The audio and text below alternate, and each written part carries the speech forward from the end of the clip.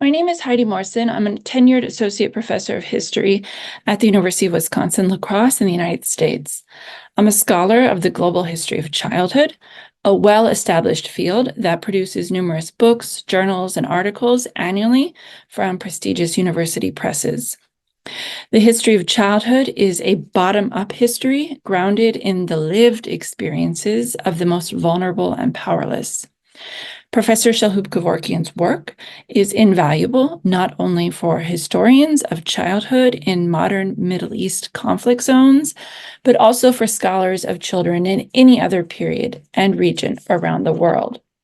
One such example is Professor Shalhoub-Kevorkian's theory of unchilding, which begins by acknowledging that young people, society's weakest and voiceless, are all too often exploited.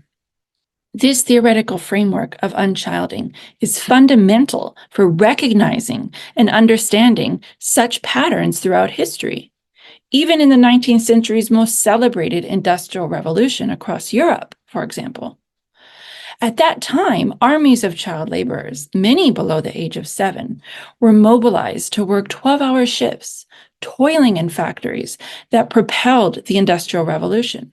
A revolution that was only possible also because of the children in Europe's exploited colonies, those of African enslaved peoples and Asian and Indian coolies who wasted away their childhood in the fields producing the raw materials gifted to the factories of Europe.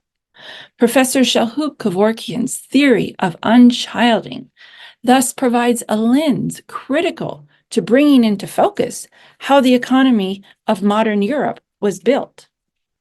Professor Shalhoub-Kevorkian's work on the theory of necropolitics is another example with timeless universal applicability. Necropolitics shatters the illusion of any checks and balances governing the actions of a hegemonic power. Necropolitics means at its most basic level that some power holders in society have the right to decide whose bodies get to stay alive and whose have to die, despite the will of the people. Professor Shalhoub-Kevorkian helped forge this framework of necropolitics while researching children as collateral damage of settler colonialism in the illegally occupied areas of Palestine.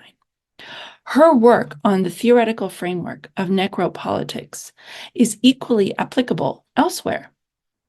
Again, in Europe's celebrated Industrial Revolution, for instance, where necropolitics gives a language to contextualize why so many child workers died from respiratory diseases, lung cancers, and amputated limbs.